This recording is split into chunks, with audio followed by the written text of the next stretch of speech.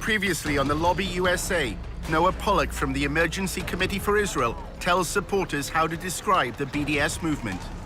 When you talk about BDS, you talk about them as a movement that absolutely endorses violence against civilians, aka terrorism.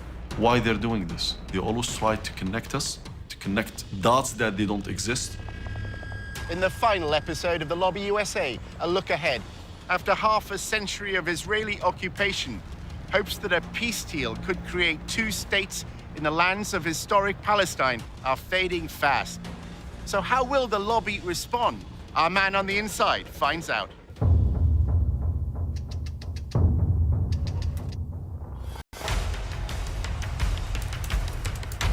Using an undercover reporter, Al Jazeera's investigative unit infiltrates one of the most powerful lobbies in the world. Getting $38 billion in security aid to Israel matters, which is what AIPAC is doing. We examine how the lobby, led by AIPAC, the American Israel Public Affairs Committee, has secured unwavering support in Congress. Congressmen don't do anything unless you pressure them. And the only way to do that is with money. What the lobby is all about is to make sure that Israel gets special treatment from the United States forever. But after occupying Palestinian lands for half a century, the pro-Israel lobby is facing a new challenge. We called for a full boycott of Israel, divesting from it, and eventually imposing sanctions on it to achieve UN-stipulated rights of the Palestinian people. A movement to boycott, divest, and impose sanctions on Israel, BDS, was formed on American campuses. It seems to be achieving its goals. It threatens future American support for Israel. We believe in justice for all people. That means the occupation has to end. Israel's Ministry of Strategic Affairs responded with a covert operation to defeat BDS. אתה צריך לעשות את זה עם הרבה מאוד עמימות. זה לא גוף צבאי היררכי שאם הרגנו את X, אז כל הגוף מתחתיו לא פועל. The Israeli government leverages Jewish organizations in the diaspora. Absolutely. It's a psychological campaign involving spying and smears. You discredit the messenger as a way of discrediting the message. Just stay on message. And what is that message? BDS is a hate movement. While our reporter monitored pro-Israel groups, he was asked to go undercover for the lobby. You're going into enemy territory. It's not for everybody.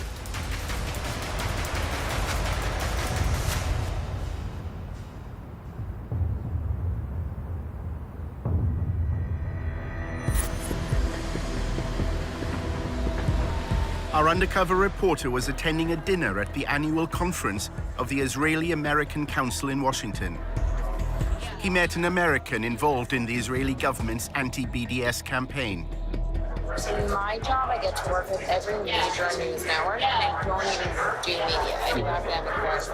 Every university president takes our calls, takes our meetings, works with us. There's a legitimate government organization.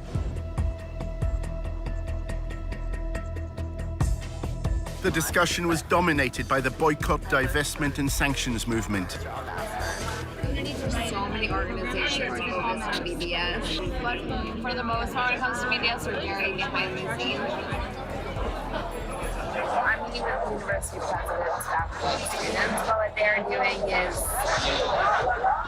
building relationships with local politicians, making sure that politicians know to turn to them when Israel-sensitive things come to the table. The three-day conference brings together the constellation of pro-Israel lobby groups in the US. On the surface, things seem to be looking good for Israel. Israel's booming. It's the startup nation. More venture capital is going into Israel today than at any other time in history. So why don't we just calm down, realize that BDS is worthless, it's losing, and ignore it.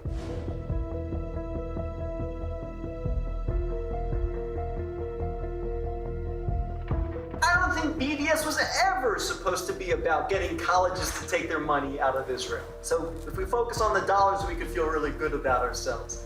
If we focus on the fact that an effort's being made to distance us, those who love Israel, from the rising generation, I think we need to worry.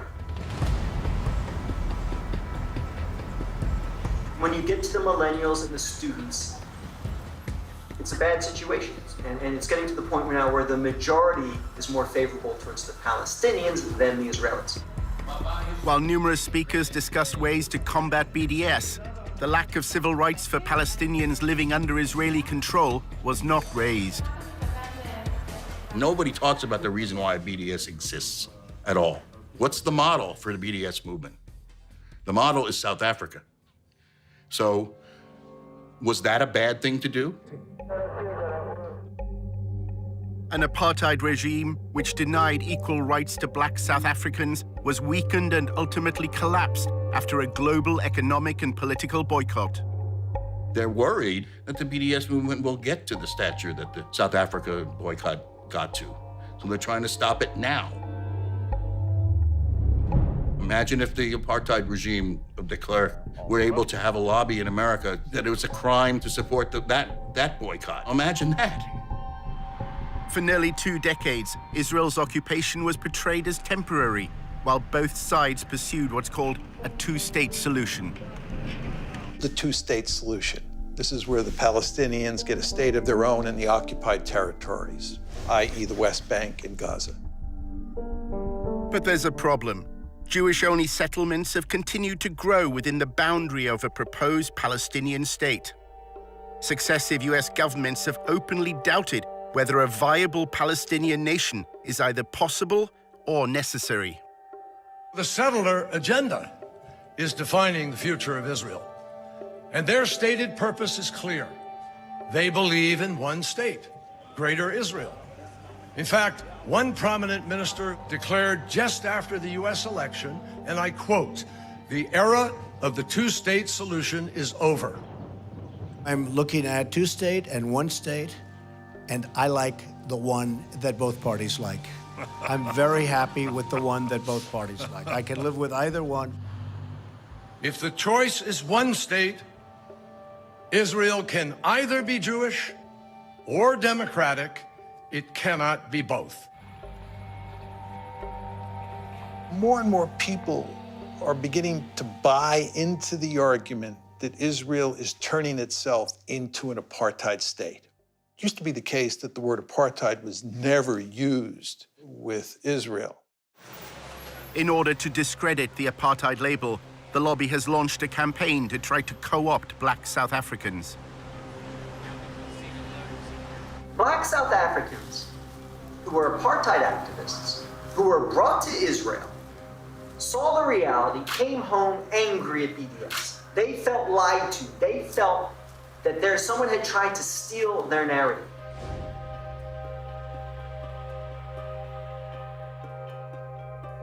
This is an effective tool. Bringing these black South African former BDS activists, now Israel supporters, to American campuses. During his volunteership, Tony learned that the Israel Project has been developing a strategy called Stop Stealing My Apartheid. The plan is to feed articles written by black South Africans into the American media, claiming that BDS has distorted their history. If you're disgusted by segregation in this country, if you're disgusted by South African apartheid, then you should also be disgusted by Israeli apartheid. Another workshop was addressed by Israeli diplomats from consulates in the US. Black Lives Matter had attracted particular criticism after voicing support for the BDS movement. It appears that Israel's diplomats may be trying to challenge the apartheid label by canvassing support amongst African Americans. The major problem of Israel is with the young generation of the black community. Black Lives Matter starts there.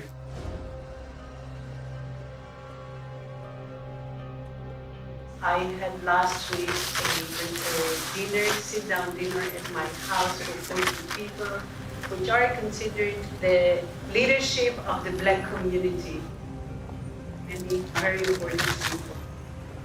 They can be part of our doing an activity. Pro-Israel groups are trying to cultivate a new generation of black leaders that is pro-Israel by bringing them to AIPAC conferences on all expenses paid trips, by taking them on delegations to Israel. They're doing that because they're afraid of BDS and they're afraid of Black Lives Matter, which is this new struggle for Black freedom that also sees Black freedom as situated in a larger context. In 2014, Israel launched a siege of Gaza. In the same summer, police in Ferguson killed Mike Brown, and Ferguson rose up. And on the news at night, there would be both the latest out of Gaza and the latest out of Ferguson. There was solidarity that was expressed online with the Ferguson uprising. There were Palestinians who took to Twitter to cheer on the rebels of Ferguson and explain how to deal with tear gas.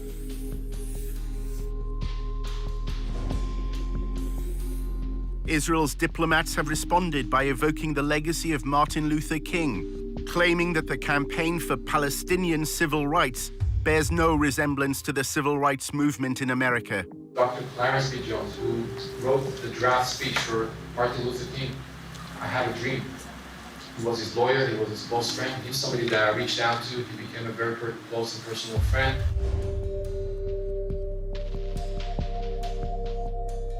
Because of that relationship, he published 3 articles in the Huffington Post explaining why their agenda was hijacked.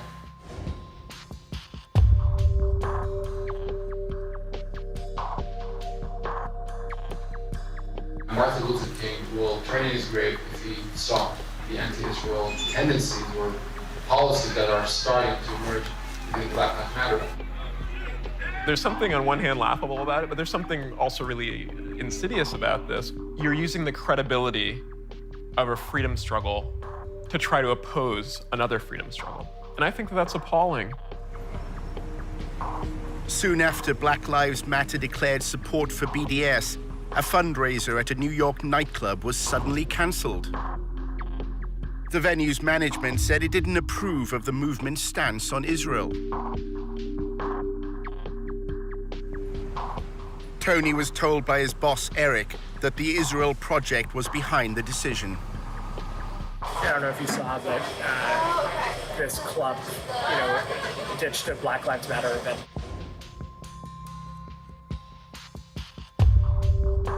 One of our donors, we just put in a call to him, and then he put in a call to the police. Wow, to shut down this Black Lives Matter event. I think it's really appalling that a system in Israel has devised incredible and comprehensive ways to have a violent regime against Palestinians, that they would also invest resources into making sure to shore up support for that oppression here. One evening at the IAC conference, Tony met a prominent activist. He's associated with the hardline trend in the pro-Israel lobby. Noah Pollock argues that tough tactics are needed to counter the apartheid label. The activism has to be very provocative and attention-getting and just total no given. We're going to be more pro-Israel than you can even imagine. Just to provoke everyone.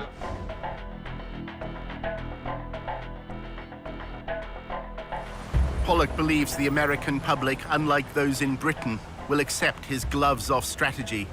The majority of Americans are pro-Israel. Whereas if you take the poll of Israel in the UK, it's just pure hatred of Israel. Your country, basically let half of Pakistan move in. So you have a different problem than we do here. Tony was told of a demonstration that Noah Pollock was organizing. A bus took protesters to an event organized by the pro-BDS movement, Students for Justice in Palestine. Hey man, I'm Tony. Marshall. Nice to meet you. This is one of those things where either it's going to be amazing and we're going to defeat BDS, or we're just broken. Well, you can't beat them, join them.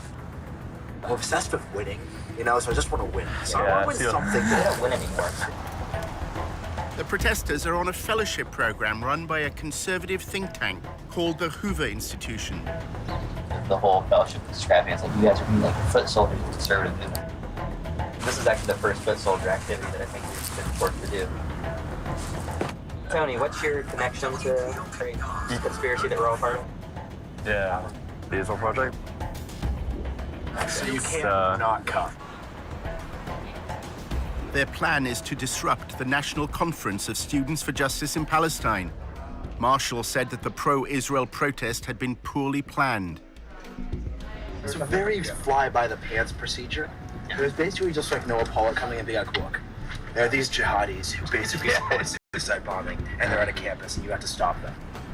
A chance to shout at Arabs? As we're leaving, we mentioned to our boss yesterday that we're going. She's like, oh yeah, that's mandatory. You need to go.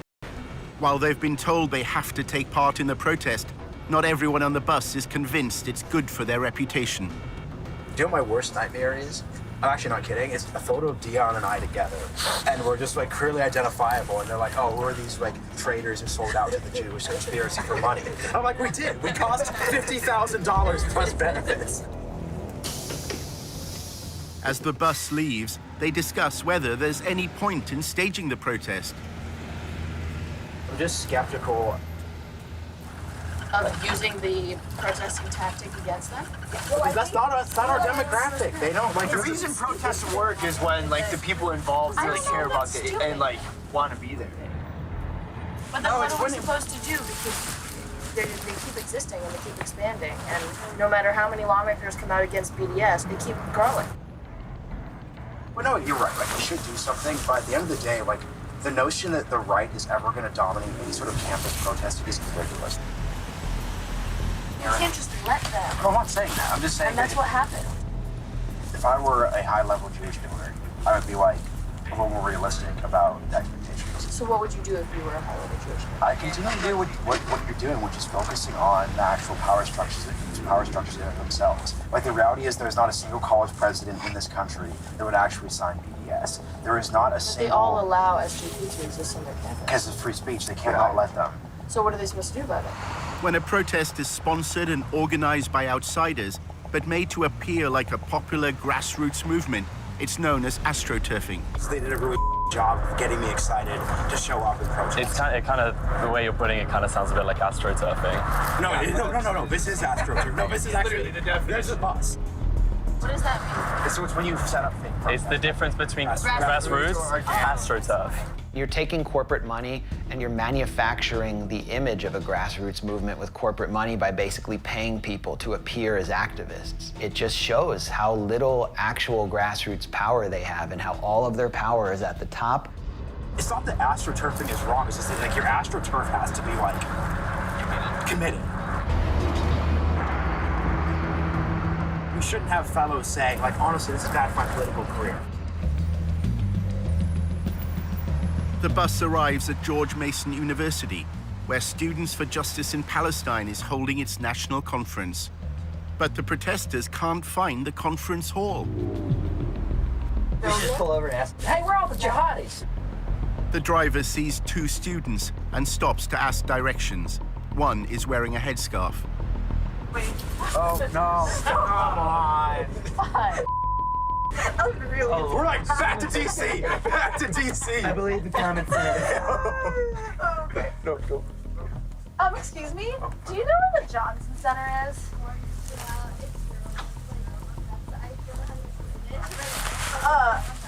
Okay, just like go back down this. Okay. Okay, thank you.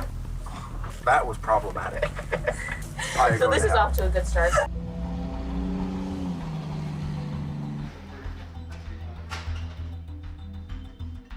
Students for Justice in Palestine really is a student-led type of organization focused around promoting the BDS cause. We have workshops on how to run a divestment campaign, finding intersections on campus, building alliances. Right now, Palestine has been essentially normalized on campuses. The bus finally arrives.